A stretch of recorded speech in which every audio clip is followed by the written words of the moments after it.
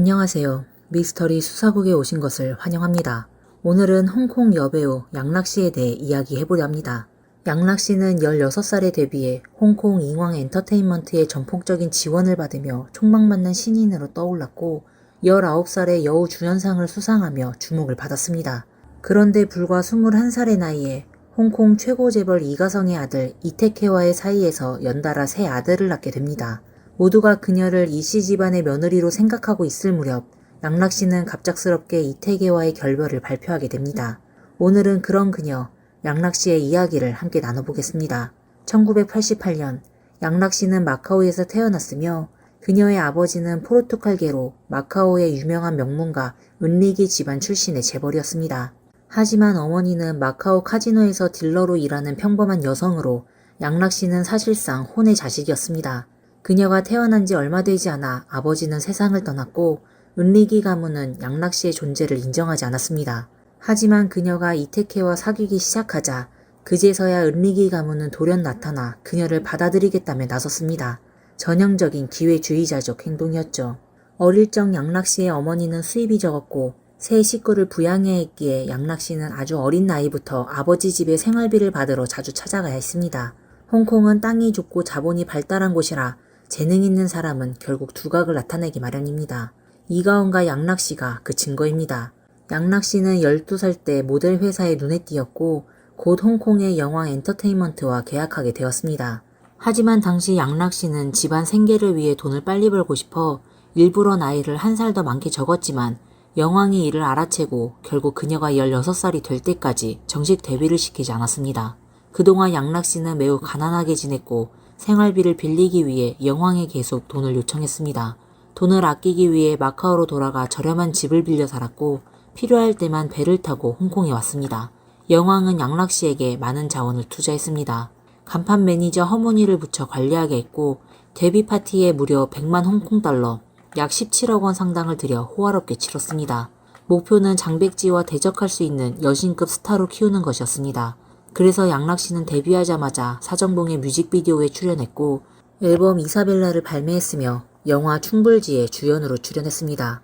이 작품으로 2006년 홍콩 금상장 신인 여우상 후보에 오르기도 했습니다. 이러한 성과를 바탕으로 영왕은 양락씨를 위해 영화 이사벨라를 맞춤 제작했는데 이 영화에는 마카오 카지노 재벌 허웅신의 딸 허초이도 조연으로 출연했습니다. 왜 이 영화가 맞춤 제작이냐면 첫째로 제목 이사벨라가 바로 양락씨의 이름이고 둘째로 영화 줄거리 역시 그녀의 성장 배경과 매우 비슷하기 때문입니다. 양락씨는 이 작품으로 포르투갈 국제영화제 여우주연상을 수상하고 홍콩 금상장 여우주연상 후보에도 올랐습니다. 양락씨는 어린 나이에 일찍 스타가 되어 곧 자만하게 되었습니다. 자신보다 20살 많은 작곡가 천이양과 연애를 시작하고 언론 인터뷰를 거부하는 등 일에 소홀해졌습니다. 이를 본 영왕은 곧바로 그녀를 활동 중단시켰습니다.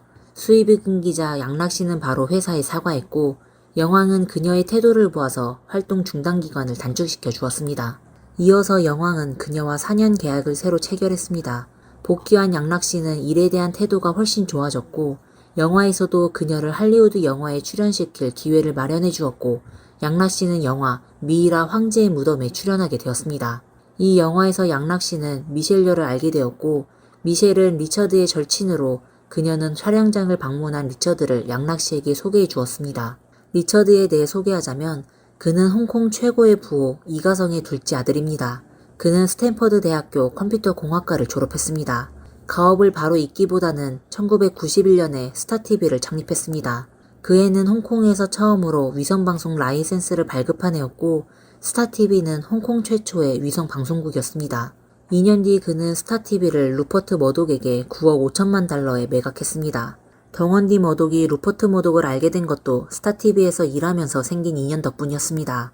그래서 인간관계란 참 신기하게 느껴질 때가 있습니다. 마치 나비 효과처럼 어디선가 일어난 작은 일이 한 사람의 운명을 바꿔놓을 수도 있습니다. 리처드는 첫 번째 큰 수익을 올린 후 펜시픽 센츄리 클럽을 세우고 부동산 사업에 뛰어들었습니다. 이후 시대의 변화에 따라 리처드의 펜시픽 센츄리는 홍콩 정부의 지원을 받아 첨단 기술 프로젝트에 집중하게 되었습니다.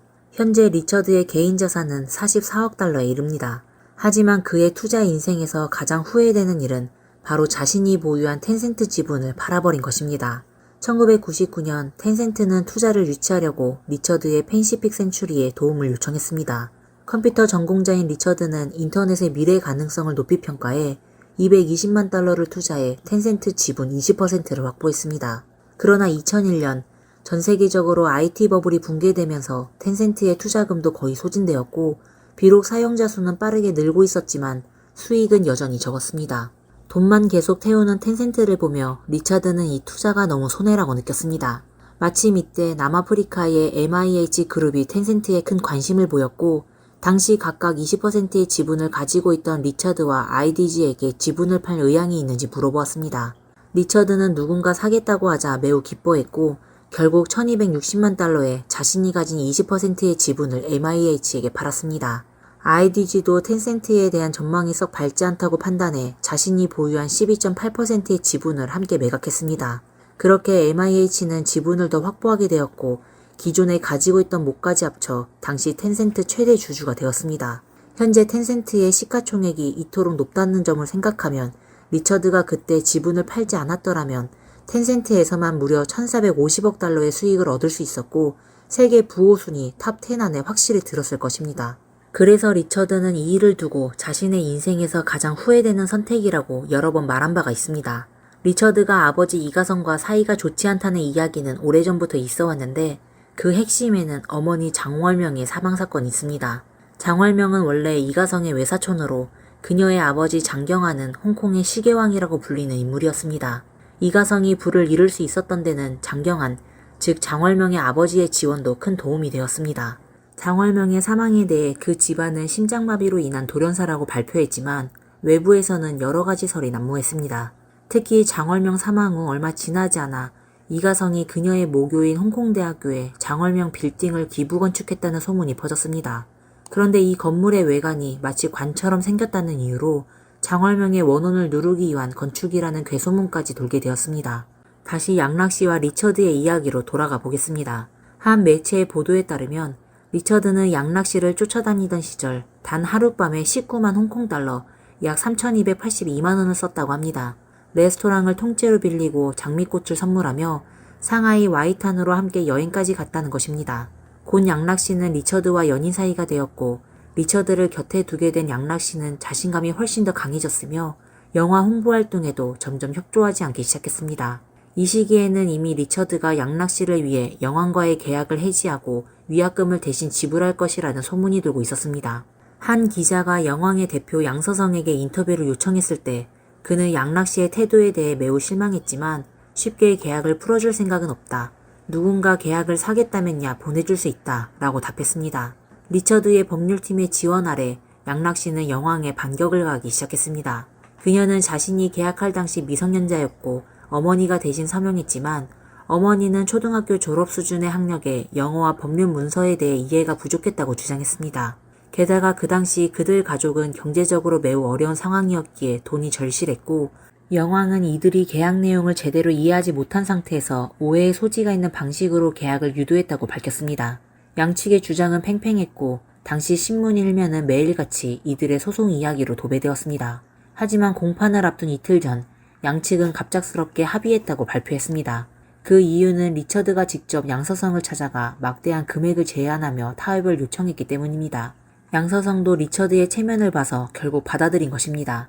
결국 홍콩에서는 누구도 이가성을 피할 수 없습니다. 단지 양락씨 한 사람 때문에 그렇게 강한 적을 만들 필요는 없었기에 양서성도 리처드의 제안을 받아들였습니다. 당시 양락씨는 영왕과 10년의 계약이 남아있었고 매년 평균적으로 영왕에 10만 홍콩달러의 수익을 가져다주는 스타였습니다. 그래서 영왕은 리처드에게 1, 2억 홍콩달러, 약 1720억에서 3450억 원의 가격을 제시했고 결국 막 등록된 지 얼마 되지 않은 한 페이퍼 컴퍼니가 영왕으로부터 양락씨의 계약을 사들였습니다. 이 회사의 배우가 누구인지는 모두 잘 알고 있습니다. 이 시점부터 양락씨는 출산과 육아의 삶을 시작하게 되었습니다. 2009년 겨우 21살이던 양락씨는 캐나다에서 리처드의 아이를 낳았고 손주를 얻은 이가성은 매우 기뻐하며 손자에게 장치라는 이름까지 직접 지어주었습니다. 출산 기간 동안 리처드는 양락씨에게 지극정성으로 돌봐주었고 자주 캐나다와 홍콩을 오가며 그녀를 챙겼습니다. 분만실에도 직접 들어가 함께하고 탯줄도 직접 잘랐다고 합니다. 2010년에는 양락씨가 쌍둥이 아들을 또 낳았고 이가성 역시 크게 기뻐했습니다. 리처드는 수억 홍콩 달러를 들여 자신의 저택을 리모델링했고 아기방과 어린이 놀이방도 따로 마련했습니다. 캐나다에 거주하던 양락씨가 홍콩에 돌아올 때는 항상 경호원이 동행했고 세간에서는 그녀가 아이들을 통해 리 가문에 정식으로 입성할 것이라고 예상했습니다. 그러나 이듬해 양락씨는 리처드와의 결별을 선언했고 두 사람은 평화로운 이별이라고 밝혔습니다. 언론은 여러 가지 이유를 추측하기 시작했습니다. 첫 번째 이유는 양락씨의 학력이 너무 낮다는 점입니다. 이가성의 아내인 장월명은 홍콩대학교를 졸업했고 큰아들 이태거의 아내 왕여구는 콜롬비아 대학교를 졸업했습니다. 반면 양락씨는 가정 형편이 넉넉하지 않아 마카오 삼육중학교를 졸업했습니다. 두 번째 이유는 양락씨의 신분입니다. 이가성의 아들 이태거는 과거 홍콩의 악명 높은 폭력배들에게 납치된 적이 있었고 이가성은 몇억 홍콩 달러를 지불하여 그를 구출했습니다. 그래서 이후 이가성은 좀 더 신경을 쓰고 보안도 강화했으며 외출도 매우 조용히 하게 되었습니다. 양락씨는 연예인 출신이지만 이미 은퇴했어도 기자들이 계속해서 그녀를 추적할 대상이 될 것입니다. 세 번째 이유는 양락씨가 다른 남자 연예인과 불륜을 했다는 소문입니다. 이별 후 양락씨는 세 아들과 함께 캐나다에서 거주하고 있습니다. 그러나 그녀는 흔히 말하는 힘든 싱글맘이 아니라 경제적으로 전혀 걱정 없는 여유 있는 여성이었습니다. 그녀가 거주하는 캐나다의 대저택가 요트가 언론에 공개된 적도 있었으며 리처드가 양락씨에게 5억 홍콩 달러, 약 863억 원의 이별 위자료를 지급했다는 소문도 돌았습니다. 그리고 양락씨는 이에 대해 부인했지만 대중들은 이미 알고 있었습니다. 설령 5억 홍콩 달러가 아니더라도 세 아들을 통해 이 가문은 그녀에게 충분한 양육비를 지급하고 있을 것이라는 사실을요. 양락씨는 해마다 아들들과 함께 두 차례 홍콩을 방문해 이 가문과 시간을 보내고 있습니다. 리처드와 양락씨가 헤어진 후에도 그는 한가하지 않았습니다. 2016년부터 홍콩 미인대회 출신이 곽 가문과의 열애가 보도되었는데 곽 가문의 인스타그램에 올린 사진을 보면 그녀가 리처드와 함께하기 전에는 집이 좁았던 것 같지만 지금은 셀카 배경이 매우 넓어진 것으로 보입니다. 이는 리처드가 그녀에게 선물한 고급 아파트로 이사했을 가능성이 높습니다. 하지만 홍콩 언론에 따르면 이 집은 1억 홍콩 달러, 약 150억 원의 가치가 있다고 합니다.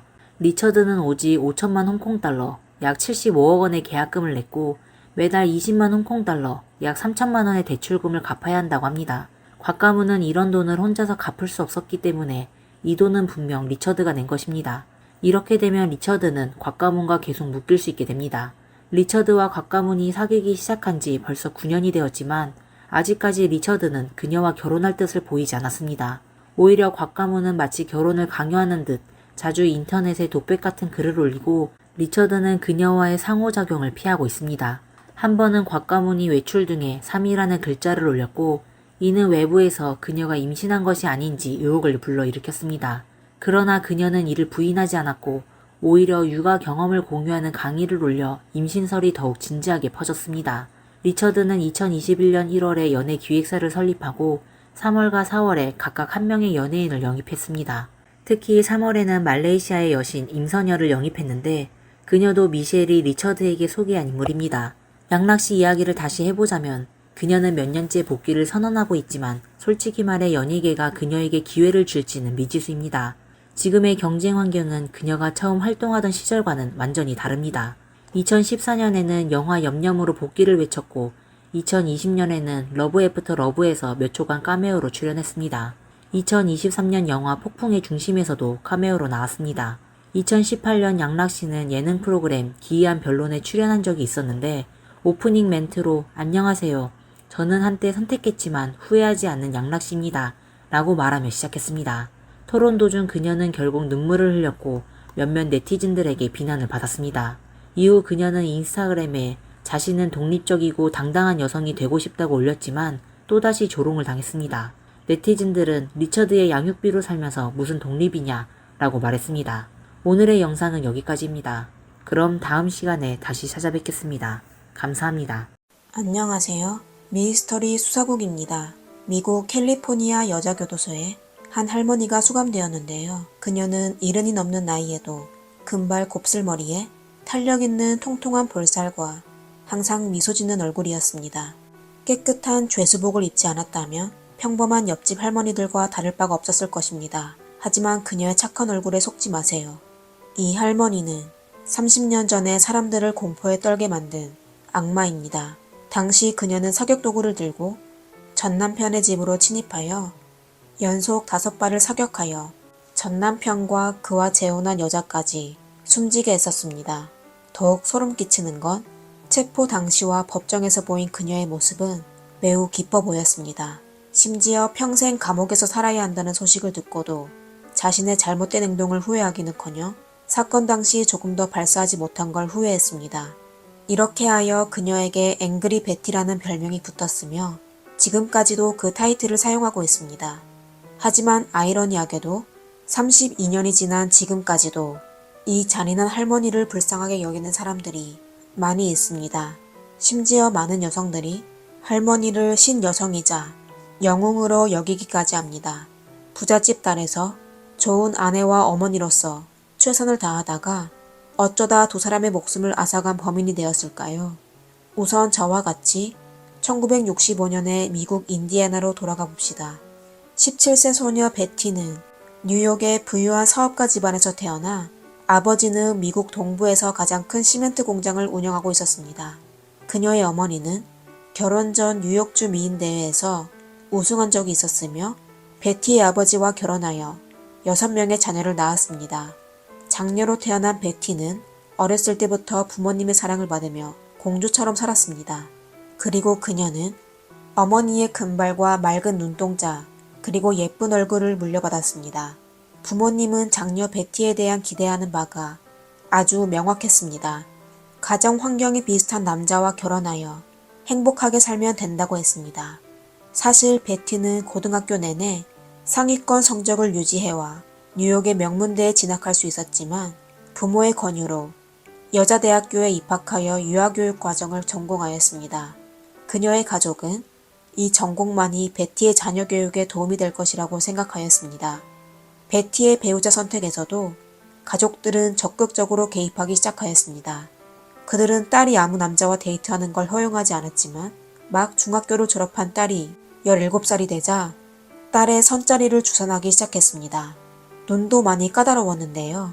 일단 집안이 부유해야 하고 명문대를 나와야 하고 직업은 의사나 변호사를 선호했습니다. 베티는 내색하지 않았지만 부모가 내건 조건에 키와 외모까지 보았습니다. 어느 날 베티는 대학생인 사촌 언니를 보러 인디애나로 갔습니다. 그러다 그녀는 사촌 언니와 같은 대학교 학생인 남자와 사랑에 빠지게 되었습니다. 그의 이름은 댄 브로데릭이며 그 당시 명문대인 노틀담 대학교에서 공부하고 있는 20살 대학교 2학년 학생이었습니다. 훈훈한 외모에 말장난도 잘 치는 댄은 몇 마디 말로 베티를 매우 즐겁게 만들어 주었습니다. 그는 본인을 메디컬 닥터 얼모스트의 약자 MDA라고 칭했으며 이는 의사가 되려는 사람이었습니다. 일반인이 그의 말을 듣게 되면 어이없다고 생각하겠지만 사랑에 푹 빠졌던 베티에게는 해당되지 않았습니다. 그녀는 댄에게 푹 빠져 바로 댄의 존재를 부모님에게 알렸습니다. 베티로부터 편지를 받은 부모는 MDA라는 단어를 보고 탐탁치 않아 했습니다. 이유는 당시에 MDA라는 직업이 존재했는데 정식 명칭은 메디컬 닥터 어시스턴트라고 불리며 의사가 아닌 의사 보조를 뜻했기 때문입니다. 또 베티의 사촌 언니가 댄이 아일랜드 이민자 가정에서 태어났고 그의 부모 또한 평범한 노동자이며 6명의 동생이 있다는 걸 알게 되었습니다. 베티의 부모가 이 사실을 알게 되자 매우 불만족스러워하며 인디애나로 날아가 딸을 강제로 집으로 데려오려고 했습니다. 하지만 17년 동안 착한 딸이었던 베티는 처음으로 부모님의 말을 어기며 댄과 함께 있기 위해 최선을 다했습니다. 이렇게 베티의 부모는 4년 동안 끊임없이 반대하였지만 결국 베티와 댄은 끝끝내 몰래 도망가 베티의 부모는 딸과의 인연을 끊어버렸습니다. 하지만 베티는 본인이 옳은 선택을 했다고 생각하였습니다. 댄의 가족은 비교적 가난했지만 그는 똑똑하고 매사에 충실하였습니다. 그는 한동안 의사 조수로 일하다가 자신의 노력으로 하버드 의과대학에 입학하였습니다. 베티는 남편이 언젠가 유명한 의사가 되어 고향으로 돌아가 부모님 앞에서 떳떳하게 말할 날을 기대하였습니다. 하지만 현실은 그녀가 기대하는 것만큼 아름답지 않았습니다. 1969년 4월 21살의 베티는 마침내 남자친구 댄과 결혼하게 되었습니다. 그리고 두 사람은 신혼여행에서 임신을 하게 되었습니다. 바로 이때 베티는 처음으로 삶의 어려움을 경험하게 되었습니다. 그녀는 어렸을 때부터 호화로운 저택에서 유모들의 보살핌 속에서 자랐습니다. 하지만 결혼 후 그녀는 작고 초라한 아파트에서 매일 장보고 밥하고 빨래하고 청소까지 해야 했으며 설상가상으로 남편의 학자금 대출 상환까지 부담했습니다. 이미 배가 부르기 시작한 베티는 일자리를 찾기 시작하였습니다. 마침내 한 유치원에서 보육교사 일을 하게 되었습니다. 매일 한 팀의 어린이들을 보살펴 옷을 입히고 간식을 주며 책을 읽어주고 그들과 함께 게임도 해주었습니다. 바쁜 하루를 보내고 나면 피곤한 그녀는 허리를 펼 힘도 없었습니다. 그리고 집으로 돌아가면 열심히 공부하는 남편까지 돌봐야 했습니다. 하지만 베티가 그렇게 열심히 일했음에도 그들의 생활은 좋아지지 않았습니다. 큰딸 킴이 태어난 후 부부는 보모를 고용할 형편이 안 됐을 뿐만 아니라 아기방이 있는 아파트를 구입할 수도 없었습니다. 그들은 할 수 없이 아기를 옷장에 두고 키우게 되었습니다. 심지어 아이의 침대도 서랍으로 만든 것이었습니다. 베티는 유치원 일을 할 수 없을까봐 4개월도 안 된 딸을 두고 출근하기 시작하였습니다. 드디어 남편이 의대를 졸업하여 인턴 생활을 하기 시작하였습니다. 베티가 마침내 편히 살 수 있겠다고 생각했을 때 남편이 믿을 수 없는 말을 꺼냈습니다. 의사는 적성에 안 맞아. 다시 공부해서 변호사를 해야겠어. 남편이 갑자기 전공을 버리고 변호사를 하겠다는 말에 베티의 기분은 롤러코스터를 타는 것 같았습니다. 하지만 댄은 나름 본인만의 논리를 가지고 있었습니다. 인턴 때 그는 의료 분쟁에 대한 이야기를 많이 들었지만 병원에 고용된 변호사는 전부 의학 용어를 몰랐으며 법정에서 변호하는 것도 엉망이라고 하였습니다. 만약 의대 출신 변호사가 있으면 바로 의료사고 시장을 독점할 수 있을 거라고 하였습니다. 그의 사업적 분석은 아주 정확하였습니다. 그리고 댄은 말주변이 좋아 변호사가 될 잠재적 능력이 있었습니다. 하지만 댄이 의대생 시절 취득한 학점은 법대에서 거의 인정되지 않았습니다. 즉, 댄은 적어도 3, 4년 동안은 학교를 더 다녀야 했습니다. 학자금 대출이 아직 한참 남았는데 또 대출을 추가해야 했습니다. 그리고 그 당시 베티가 또 임신하여 들어갈 돈이 배로 많아졌습니다. 하지만 댄은 자기의 주장을 강요하였습니다. 로스쿨 입학을 장기 투자로 생각해달라고 하며 꼭 변호사가 되어 호강시켜주겠다고 설득하였습니다. 댄의 끊임없는 설득으로 베티는 결국 동의하게 되었습니다. 그리고 그녀는 아이들을 더 잘 키우고 남편을 지원하기 위해 낮에는 유치원에서 일했으며 저녁과 주말에는 청소부 아르바이트도 하였습니다. 어릴 적 누렸던 삶과는 완전 다른 삶을 살게 되었습니다. 이후 베티는 둘째 딸 말고도 한 명의 아이를 더 낳았지만 불행하게도 아이가 태어난 지 4일도 안 돼 이름을 짓기도 전에 숨지게 되었습니다. 이때 베티는 자신이 임신한 스스로를 돌보지 못해 아이에게 선천적 문제가 생겨 결국 세상을 떠났다고 죄책감에 휩싸였습니다.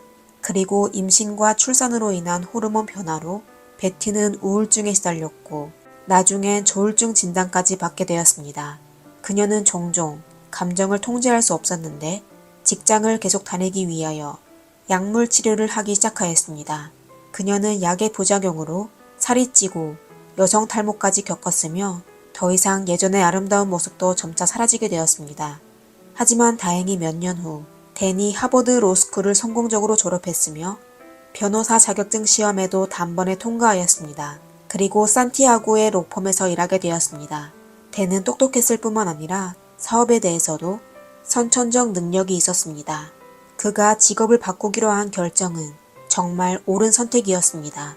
변호사가 된 후 그는 여러 건의 의료소송에서 승소하며 업계에서 유명세를 탔습니다.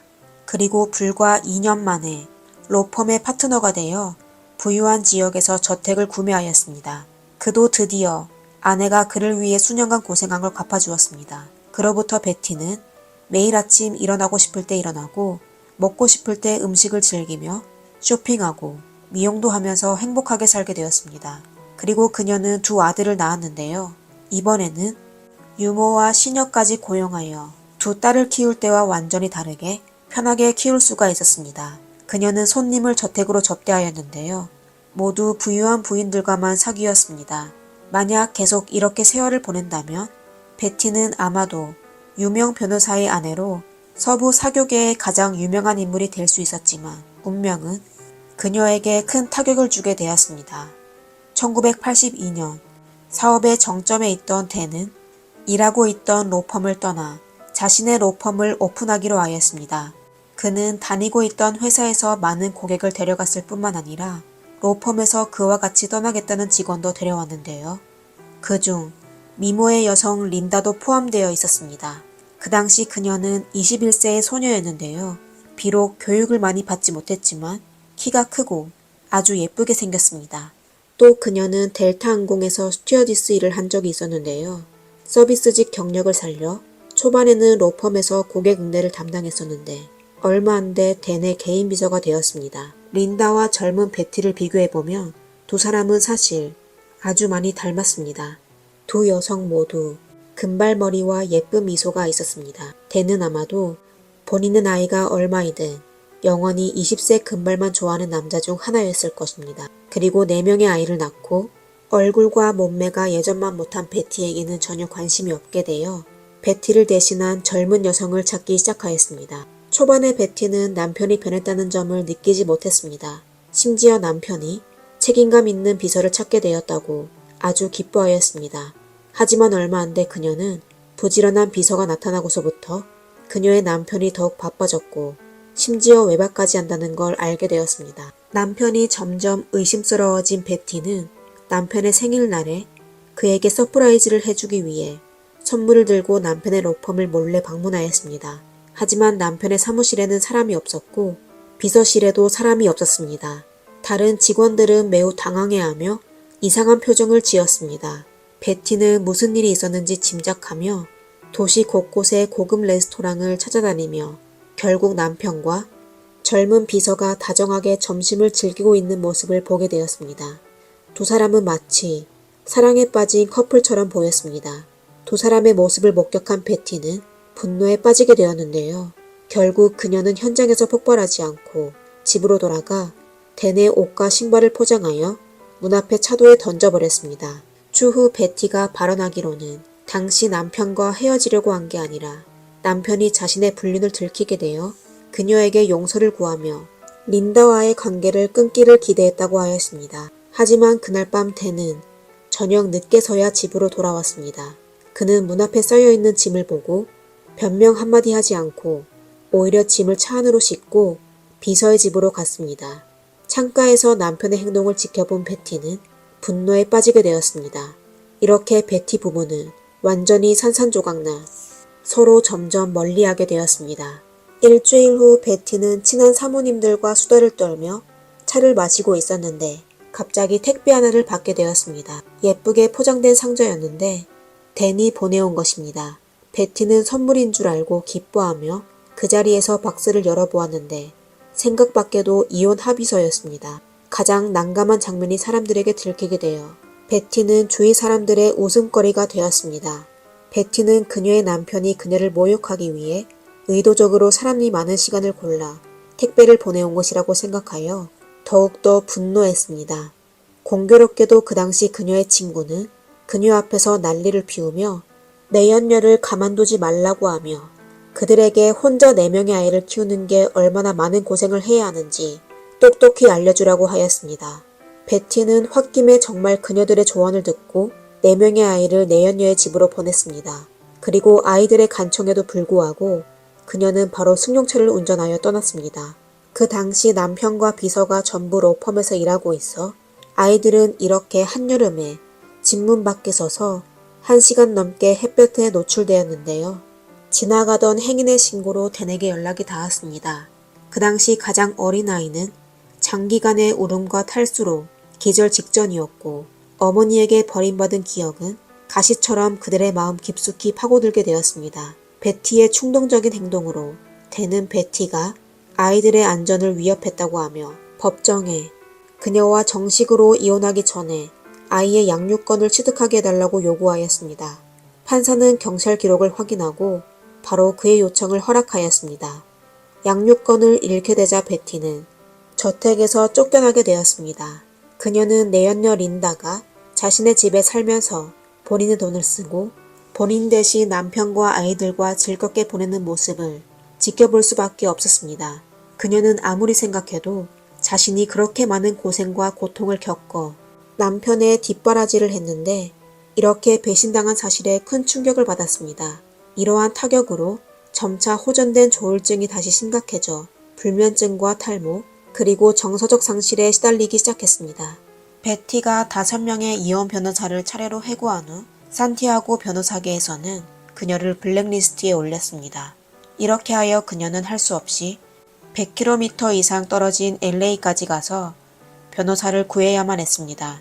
하지만 실력 있는 변호사인 댄은 이미 베티를 괴롭힐 방법을 다 알고 있었습니다. 댄은 베티의 변호사가 멀리 있다는 점을 이용하여 법적 수단으로 그를 공격하기 시작하였습니다. 예를 들어 그는 문서가 준비되지 않았다는 이유로 재판 직전에 법원에 심리 연기를 신청하여 베티 측 변호사를 헛걸음하게 만들었습니다. 재판이 없었다고 해도 베티는 변호사에게 시간당 비용을 지불해야 하므로 실력 있는 변호사를 장기적으로 구할 수 없었습니다. 댄의 주요 목적은 베티의 에너지와 돈이 바닥날 때까지 괴롭히다. 재산 문제와 자녀 양육권 문제에서 유리한 위치에 서는 것이었습니다. 이와 동시 그는 재산을 빼돌리고 있었습니다. 예를 들어 그는 부부 공동 명의로 된 저택을 시장가보다 훨씬 낮은 가격으로 비즈니스 파트너에게 매각하였습니다. 실제로 어떤 음모가 있었는지는 모르지만 부부 명의로 된 저택의 가격은 분명 많이 줄었습니다. 그 사실을 알게 된 베티는 거래를 막기 위해 최선을 다했는데요. 급기야는 집에 몰래 불을 지르는 미친 짓까지 했습니다. 하지만 그녀는 사건 현장에서 바로 발각되었습니다. 방화를 실패한 후 베티는 정신병원으로 보내졌습니다. 모두가 부러워하는 부잣집 사모님에서 미친 여자 취급을 당하게 되었습니다. 그 당시 댄과 베티는 서류상 부부였기 때문에 베티가 태어나기 위해서는 댄의 동의가 필요했습니다. 댄은 이 틈을 타 이혼계약서를 다시 그녀에게 제출하였습니다. 그리고 베티에게는 달마다 14,000달러의 양육비를 지불하고 2주에 한 번씩 아이를 볼 수 있게 해주겠다고 하였습니다. 베티는 그의 제안을 동의할 수밖에 없어 결국 이혼 서류에 사인하게 되었습니다. 그리고 이 뜻은 베티가 아이의 양육권과 재산 분할을 포기한다는 뜻이기도 하였습니다. 사실 그 당시 한 달에 14,000달러이면 베티는 편안하게 살기 충분하였습니다. 그리고 당시 막 40세를 넘긴 나이였기 때문에 새로운 인생을 시작하기에 충분하였습니다. 하지만 내연녀 린다는 베티를 편하게 놔두지 않았습니다. 1988년 말에 이혼이 끝나기도 전에 댄은 현지의 한 럭셔리한 클럽에서 린다에게 프로포즈하였습니다. 그리고 그 장면은 지역신문에까지 보도되었습니다. 안정을 되찾은 베티는 이 장면을 보곤 다시 분노를 일으켰습니다. 며칠 후 베티가 아이들을 데리러 간 날이었습니다. 그녀는 부엌에서 막 만들어진 초콜릿 파이를 들고 2층에 있는 댄과 린다의 침실로 가 침대 시트에 파이를 퍼부었습니다. 린다는 베티의 복수에 신속하게 대응하였습니다. 그녀는 베티의 이름으로 대량의 다이어트 약과 주름 방지 화장품을 주문하여 베티의 집으로 보냈습니다. 그리곤 늙고 뚱뚱해서 남편이 바람을 피운 게 아닐까? 라는 특별한 메시지도 남겼습니다. 이에 베티는 아랑곳하지 않고 아이들 앞에서 온갖 욕설로 린다를 꾸짖기 시작하였습니다. 화풀이로 베티의 마음은 풀렸지만 다음 달 위자료가 갑자기 절반 이상 줄어들 건 예상하지 못했습니다. 베티는 바로 댄을 찾아가 따지려고 했지만 댄은 이때 바로 이혼 계약서를 꺼내 그 위에 작은 글씨로 적힌 문장을 가리켰습니다. 콩알만한 글씨로 베티는 린다에게 기본적인 존경을 유지해야 하며 그렇지 않을 경우 위자료 감소를 포함한 다양한 불이익이 베티에게 적용될 수 있다 라고 적혀 있었습니다. 전 남편이 작성한 조건은 분명 베티가 아이들을 키울 때 사용한 방식과 매우 유사하였습니다. 욕설을 해선 안 되고 할 경우에는 용돈을 줄였었죠. 줄어든 위자료 액수는 매번 $500, 약 64만 원입니다. 댄은 이에 대해 전혀 양보하지 않았습니다. 분명 베티가 직접 이혼 계약서에 서명했고 아무도 그녀를 강요하지 않았기 때문입니다. 앞서 말씀드린 것과 같이 베티는 정신적으로 문제가 있습니다. 스트레스에 취약하며 때로는 감정을 통제하지 못할 정도였습니다. 그녀는 사람을 향해 욕을 하며 심지어 상대가 없어도 음성 메시지로 오랫동안 욕설을 퍼부었습니다. 그리고 음성 메시지를 증거로 그녀의 전남편 댄은 문장 단위로 돈을 떼기 시작하였습니다. 한 번은 베티의 월 위자료를 전부 깎았을 뿐만 아니라 그녀는 오히려 $4,000의 빚을 지게 되었습니다. 댄은 베티에게 빚을 탕감해주는 대신 다음 달의 위자료를 뺄 거라고 하였습니다. 이렇게 하여 몇 달 동안 베티의 부채는 점점 더 커지게 되었습니다. 그들의 혼란한 이혼 전쟁은 1989년 가을까지 계속되어 결국 끝나게 되었습니다. 댄이 처음으로 이혼을 제기한 지 4년이라는 세월이 흘렀습니다. 그리고 베티는 집과 남편뿐만 아니라 가장 소중히 여겼던 내 자녀도 잃게 되었습니다. 아버지와 오랫동안 시간을 보냈기 때문인지 아니면 어머니가 감정을 통제하지 못한 장면을 여러 번 목격해서인지 아이들이 베티를 싫어하게 된 것인지 어쨌든 아이들은 결국 아버지와 함께 살기로 하였습니다. 댄은 이혼하고 2달 만에 린다와 재혼하였습니다. 결혼식은 아주 성대했고 내 자녀도 결혼식에 참석하여 새로 구성된 가족은 아주 행복해 보였습니다. 하지만 단란한 새 가족은 베티도 깜짝 결혼 선물을 준비했다는 사실을 전혀 모르고 있었습니다. 1989년 10월 5일 새벽에 댄과 린다는 신혼여행을 마치고 산티아고로 돌아왔습니다. 여행의 피로로 그들은 바로 잠들었습니다. 이때 저택에서 갑자기 팡! 팡! 팡! 하는 소리가 울리게 되었습니다. 몇 시간 후 베티는 집을 나가 독립한 둘째 딸에게 전화를 걸어 댄과 그의 새아내를 숨지게 했다고 침착하게 말했습니다. 그 소식을 들은 딸은 겁에 질려 울기 시작하였습니다. 하지만 그녀는 여전히 어머니에게 자수하라고 하며 다른 한편으로는 남자친구에게 경찰에게 신고하라고 하였습니다.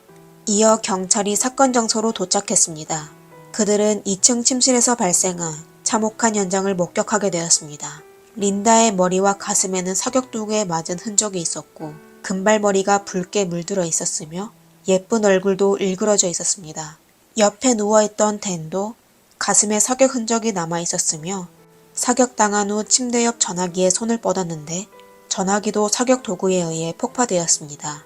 사건 현장이 복원되자 사람들은 베티가 한 짓이라는 걸 믿지 않았습니다. 그녀는 평소 성격이 괴팍하긴 했지만 벌레를 잡는 것도 두려워하는 여자였습니다.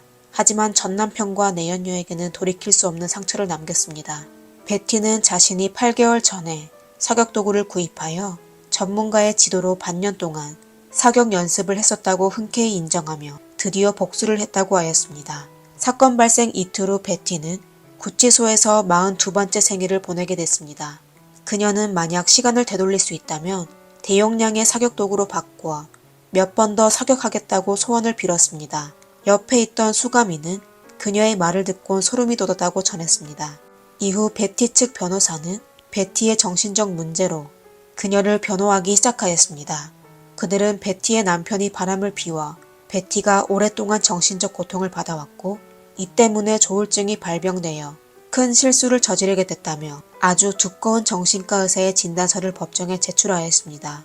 그리고 베티도 법정에서 그날 밤 남편의 집으로 간 건 사람을 해치려고 간 게 아니었으며 아이들의 양육권에 관해 이야기를 하러 간 것이라고 진술을 번복했습니다. 사격도구를 들고 간 건 역시 단순히 상대방을 위협하기 위해서라고 하였습니다. 하지만 대화 도중 언성이 높아졌고 린다가 본인을 공격하려고 하여 혼란한 광경에 자기 방어 차원에서 2번 사격하게 되었고 이어서 전 남편이 전화기를 잡고 본인을 때리려고 하여 그에게 2차 사격을 가하게 됐다고 하였습니다. 하지만 전문가들은 베티의 진술을 바로 부인하였습니다. 그들의 분석에 따르면 린다는 자고 있을 때 사격당한 것입니다. 그리고 첫 발에 이미 숨지게 되었고 2번째 사격은 단순 화풀이한 것이라고 하였습니다. 그리고 댄이 사격을 당했을 때도 침대에 누운 자세이며 전화기를 손에 든 건 단지 단순한 생존 반응이라고 하였습니다. 더욱이 현장에 남겨진 흔적에 따르면 베티는 범행 후 한동안 침대 옆에 앉아 있었던 것으로 확인됐습니다. 그리고 그녀는 전 남편이 눈앞에서 숨지는 모습을 지켜보았을 뿐만 아니라 몸을 굽혀 전 남편에게 귓속말까지 한 것으로 밝혀졌습니다. 전 남편의 귓가에서 베티의 금발 머리카락이 발견되었기 때문이죠. 베티가 댄에게 정확히 무슨 말을 했는지는 그녀만 알고 있었지만 그녀의 행동에서 전에 말한 원래 본인의 목숨을 끊으려고 했고 사람을 해친 건 단순한 사고이며 정당방위일 뿐이라고 한 게 거짓말이라는 걸 증명하였습니다. 그리고 검찰은 베티의 집에서 발견한 일기를 공개하였는데요. 안에는 그녀의 분노와 불쾌한 감정, 후회, 그리고 미래에 대한 절망으로 가득했습니다. 마지막 페이지에 그녀는 나는 어릴 적부터 착한 여자가 되기로 교육받아왔다. 하지만 착한 여자라면 지금 어떻게 해야 할까요? 내가 사라지든 아니면 그 두 사람이 사라지든 다른 선택은 없을 것이다. 라고 적어 놓았습니다. 그리고 베티의 재판에 결정적인 영향을 미친 건 4명의 친자식이 모두 어머니인 베티의 반대편에 서 있는 것이었습니다. 그중 둘째 딸은 어머니가 몇 주 전에 본인의 집 열쇠를 가져가고 아버지와 린다가 집으로 돌아올 시간을 반복하여 확인했다고 증언하였습니다. 이에 딸은 아주 의아했지만 어머니가 댄과 린다를 위해 선물을 준비하여 화해하고 싶다고 하였기에 믿었다고 했습니다. 어머니 베티는 선물이 너무 크고 비싸기 때문에 서프라이즈 하기 위해 꼭 직접 전달해 주기를 바랐다고 진술했습니다. 결국 어머니가 얘기한 서프라이즈 선물은 딸들에게도 씻을 수 없는 충격을 주었습니다. 사건 당시 19세였던 큰딸은 처녀보다 비교적 차분하였습니다. 그녀는 어머니가 여러 번 아버지의 집을 찾아가 온 가족과 함께 목숨을 끊겠다고 위협한 적이 있다고 진술하였습니다. 그리고 큰딸은 댄이 자식을 사랑하는 좋은 아빠이고 린다도 착한 계모라고 하며 어머니의 광기는 아이들의 행복한 가정을 산산조각 냈기 때문에 어머니를 영원히 용서하지 않을 거라고 하였습니다. 재판 내내 웃고 있던 베티는 친자식의 진술을 듣고서야 눈이 빨갛게 되었습니다. 하지만 그녀는 여전히 본인이 잘못한 게 없다고 주장하며 전 남편과 내연녀가 본인을 되돌릴 수 없는 길로 몰아넣어 그녀는 할 수 없이 복수하게 되었다고 하였습니다. 그때부터 그녀는 언론에서 앵그리 베티라고 불렸습니다. 그녀를 지지하는 사람들은 그녀를 페미니스트 수호자라고 부르며 바람을 피운 남자에게 겁주었을 뿐만 아니라 결혼 생활에서 정신적 고통을 받는 다른 여자들에게 용기를 주었다고 하였습니다. 그리고 그녀를 싫어하는 사람들은 그녀를 본인이 가지지 못하면 망치는 미친 여자라고 하였습니다. 사람들의 의견이 분분하여 그녀의 첫 번째 재판은 배심원단이 5일 동안 토론했지만 결국 의견을 통일하지 못한 채 끝냈습니다. 모든 배심원은 베티가 범행을 저지른 사실에는 의의가 없었습니다. 하지만 몇몇 여성 배심원은 베티를 불쌍해하며 과실상해죄로 판결해야 한다고 주장하였지만 다른 남자 배심원들은 그녀가 이른 아침에 누군가의 목숨을 거두기 위해 사격도구를 가지고 다른 사람의 집으로 간 건 분명 특급 상해죄에 해당된다고 주장하였습니다. 판사는 할 수 없이 베티의 사건에 대해 다시 재판하기로 하였습니다. 이후 2차 심판이 진행되었습니다. 이번에 배심원단은 베티에게 2건의 2급 고의상해죄를 성립하고 사격도구 불법 소지죄로 유죄 판결을 내려 결국 베티는 32년의 가석방 없는 종신형을 선고받았습니다. 베티는 2011년과 2017년에 2차례의 가석방 신청을 했지만 2번 다 거절당했습니다. 그 이유는 피해자의 가족이 그녀를 용서하지 않았기 때문입니다. 사실 피해자의 가족은 바로 베티의 친자식들이었습니다. 모두의 예상과는 달리 가장 간절히 어머니를 감옥으로 보내려고 했던 2딸이 먼저 어머니를 용서하였습니다. 그녀의 가석방을 지극히 반대한 사람은 베티의 막내 아들이었습니다. 그는 그 뜨거운 오후를 절대 잊지 못할 것이라고 하였습니다. 그는 유통기한이 지난 음식처럼 어머니에게 린다의 집 앞에 버려졌습니다. 그리고 어머니는 그의 손을 뿌리치고 호련히 자리를 떠났습니다. 그가 어머니의 차를 쫓기 위해 신발이 떨어지게 달리다가 결국 발을 다치게 되었습니다. 그 당시 그는 겨우 7살이었습니다. 이에 따라 그는 어머니를 이해할 수 있다고 하더라도 그녀를 영원히 용서하지 않겠다고 결심하게 되었습니다. 베티의 다음 가석방 청문회는 2032년으로 예정되었습니다. 하지만 운이 좋게 그때까지 산다고 해도 그녀는 이미 84세가 된 노인일 것입니다. 그녀의 인생은 참으로 안타까웠습니다. 부모님의 사랑을 받고 착했던 부잣집 장녀가 결국 사람을 해치는 앵그리 베티가 되었다니 말입니다. 그녀를 망치게 한 건 전 남편과 그의 내연녀뿐만 아니었습니다. 처음부터 다른 환경에서 성장한 두 사람의 첫 만남부터 잘못이라고 할 수 있겠죠. 오늘의 영상은 여기까지입니다. 여러분은 오늘의 사건에 대해 어떻게 생각하시나요? 댓글로 남겨주세요. 감사합니다. 이상 미스터리 수사국이었습니다. 안녕하세요. 미스터리 수사국입니다. 오늘 소개해드릴 사건은 아주 황당한 사건인데요. 사기꾼과 가정폭력, 불륜 이야기에 심지어 지구를 은밀하게 지배하려는 UFO와 외계인까지 나타났습니다. 1999년 9월 10일 아침 8시 걸리펜이란 은행 직원이 제 시간에 출근하지 않아 10분 후 그의 동료들이 911에 신고 전화를 걸었습니다. 10분만 늦었을 뿐인데 걸리의 동료들은 왜 경찰에 신고까지 했었을까요? 9년 전으로 돌아가 사건을 확인해 봅시다. 걸리펜은 1963년 8월 27일에 말레이시아에서 태어났습니다. 1990년대 초 걸리는 미국에서 여행하던 중 다이젠 호센코프라는 남자를 만나게 되었습니다. 다이젠은 걸리에게 첫눈에 반하게 되었는데요. 걸리가 말레이시아로 돌아간 후에도 그는 걸리에게 계속 편지를 보냈었습니다. 1992년 다이젠은 걸리에게 프로포즈를 하여 걸리는 미국 이민을 고려하게 되었습니다. 그 당시 다이젠은 걸리의 부모님에게도 편지를 보낸 적이 있었는데요. 그는 저는 나사에서 일하고 있으며 스위스에서 태어났습니다. 두 분의 동의 없이도 상관없습니다. 저는 걸리와 계속 사귈 것입니다. 걸리는 결국 저랑 결혼하게 될 것이라고 믿습니다. 라는 말을 했습니다. 과연 이 오만한 다이젠 호세요코프는 누구일까요? 그의 본명은 아만차 비츠입니다. 1965년 3월 5일에 미국 텍사스주 휴스턴에서 태어났습니다. 6살 때 부모가 이혼하여 누나와 같이 아버지와 함께 살게 되었습니다. 그러다 아만이 23살 때 루시란 여자와 결혼하여 아이 한 명을 낳았는데요. 혼인신고란에 있는 직업란에 면역학 연구실 연구원이라고 적었습니다. 하지만 그 당시 그는 아르바이트를 하는 평범한 대학생일 뿐이었습니다. 1987년 아만은 대학에서 졸업하여 화학학사 학위를 취득하였습니다. 아만은 대학원을 계속 다니고 싶었지만 여러 의과대학은 그의 신청을 거절하였습니다. 그러다 3년도 안 되어 아만과 룻은 이혼하게 되었습니다. 룻은 아만이 타인으로부터 존중받지 못하거나 무시를 당하게 되면 불같이 화를 내게 된다는 점을 알게 되었습니다. 그러다 1990년 6월에 아만은 유타 주립대학교 의과대학에 입학하게 되었습니다. 그는 학우들과 선생님들에게 본인의 아내와 아이가 그를 마중 나오는 길에 교통사고를 당하여 숨지게 됐다는 거짓말을 하고 다녔습니다. 아만은 자신이 어떤 실험을 하고 있다고 하며 동기들을 설득하여 그들의 체액을 추출하게 했습니다. 이후 학교에서 그가 학부 성적표를 위조했고 추천서도 거짓이란 사실을 알게 되어 그는 결국 퇴학 처분을 받았습니다.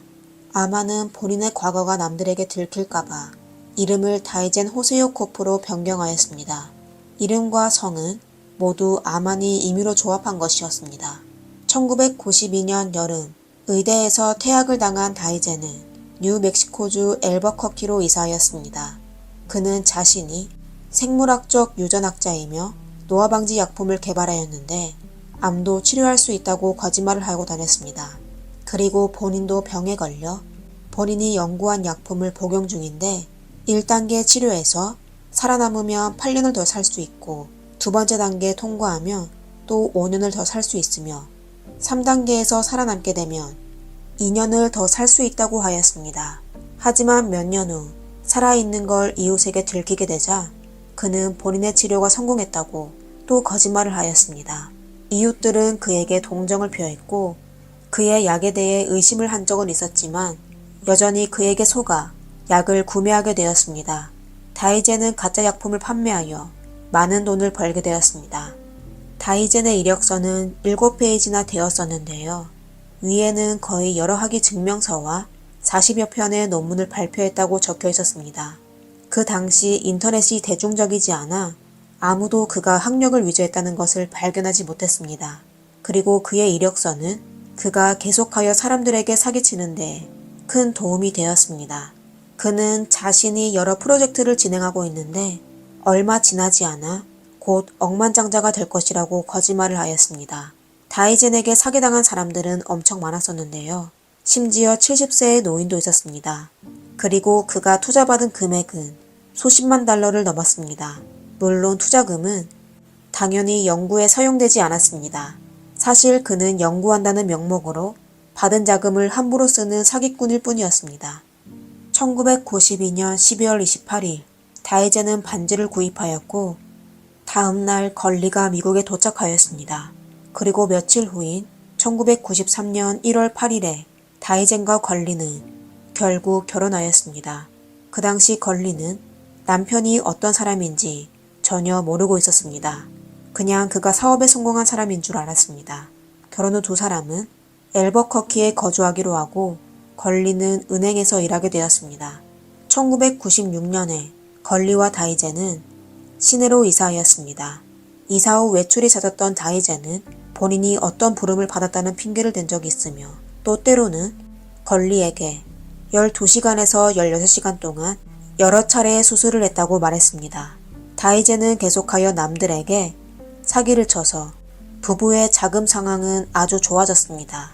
물론 걸리는 다이젠이 어떻게 돈을 버는지는 전혀 모르고 있었습니다. 걸리는 1995년 생산한 BMW를 운전했었고 다이젠은 제규어를 운전했었습니다.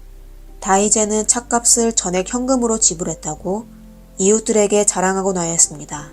다이젠과 걸리는 전부 아이를 원했지만 추후 걸리가 임신할 수 없다는 걸 알게 되었습니다.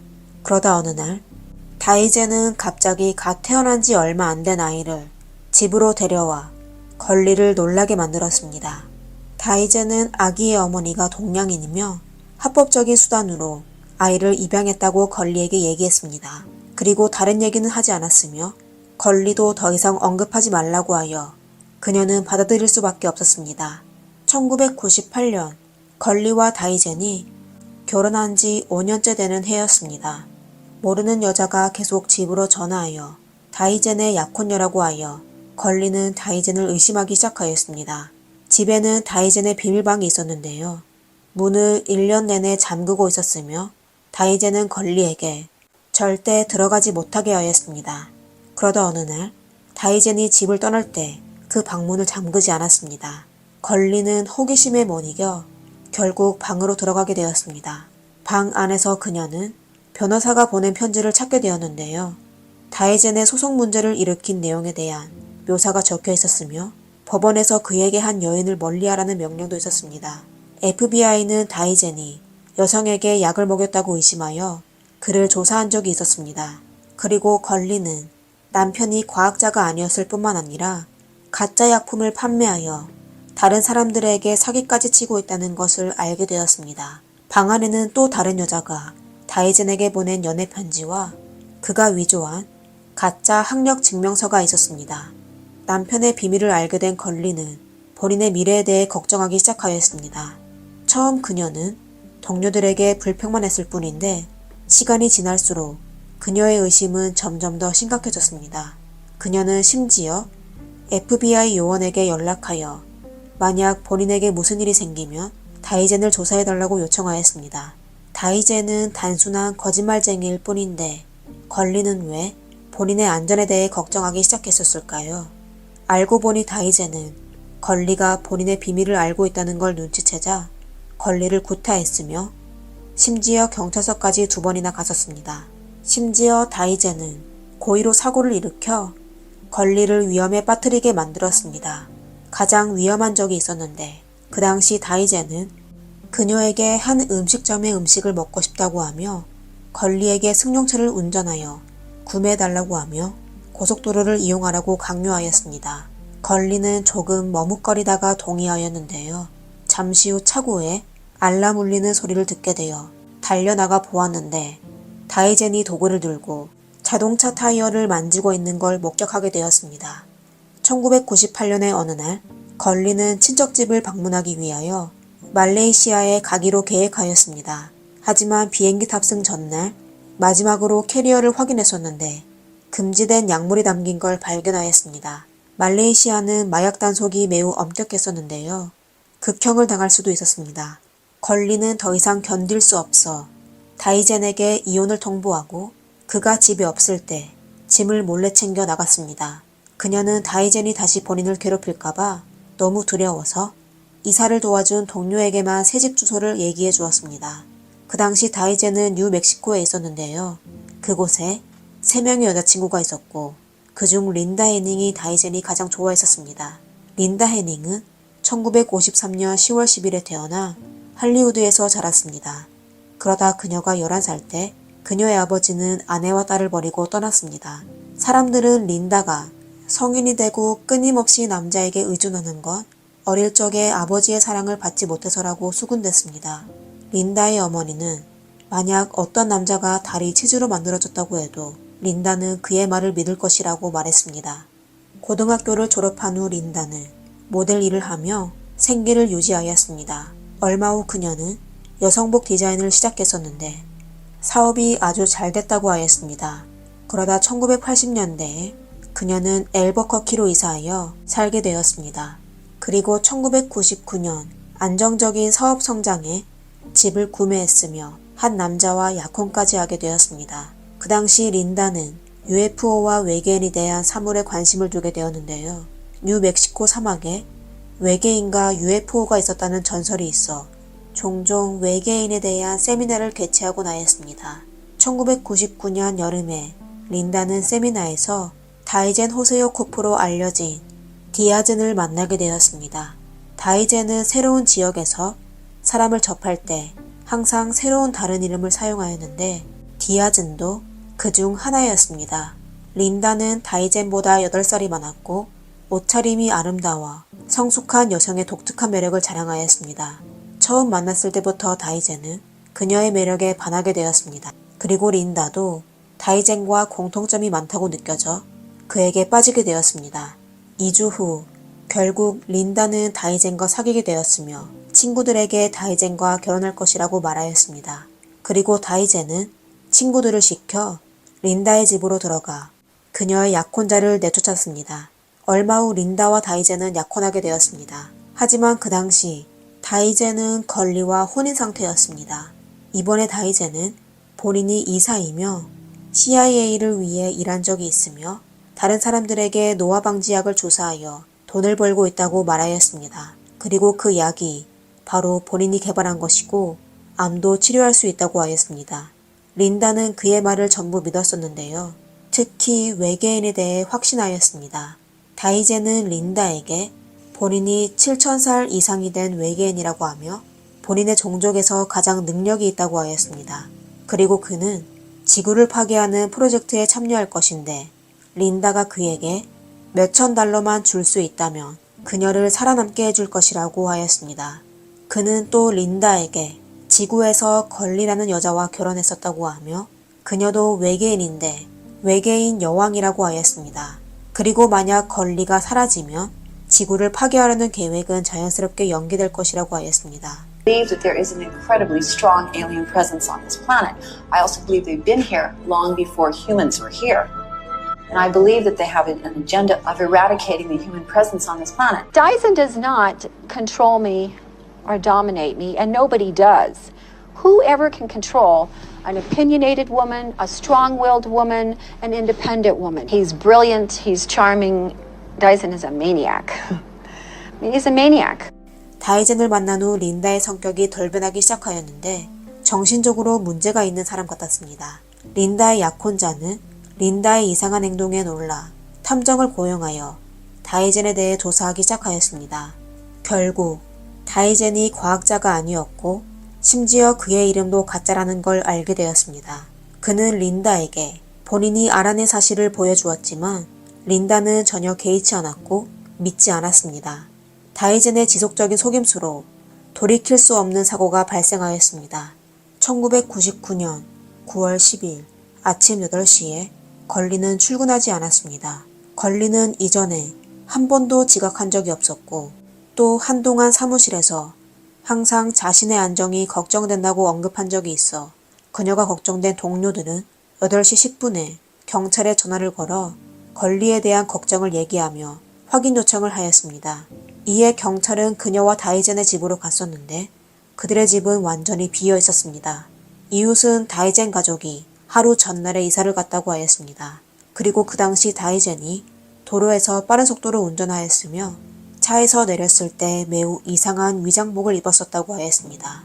그것뿐만 아니라 다이젠은 또 자신을 숨기려고 한 건지 얼굴과 목 등 보이는 피부를 검게 그렸습니다. 아마 이때 다이젠은 자신이 7,000년 전의 외계인이고 보이지 않는 능력을 갖추고 있다고 믿었을지도 모르겠습니다. 권리의 집에는 표백제 냄새가 진동하였습니다. 경찰은 루미놀 시약을 사용했었는데요. 집안 곳곳에서 형광 반응이 일어났습니다.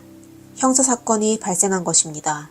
경찰은 다이젠을 찾지 못하여 다이젠의 불륜녀를 찾기로 하였습니다.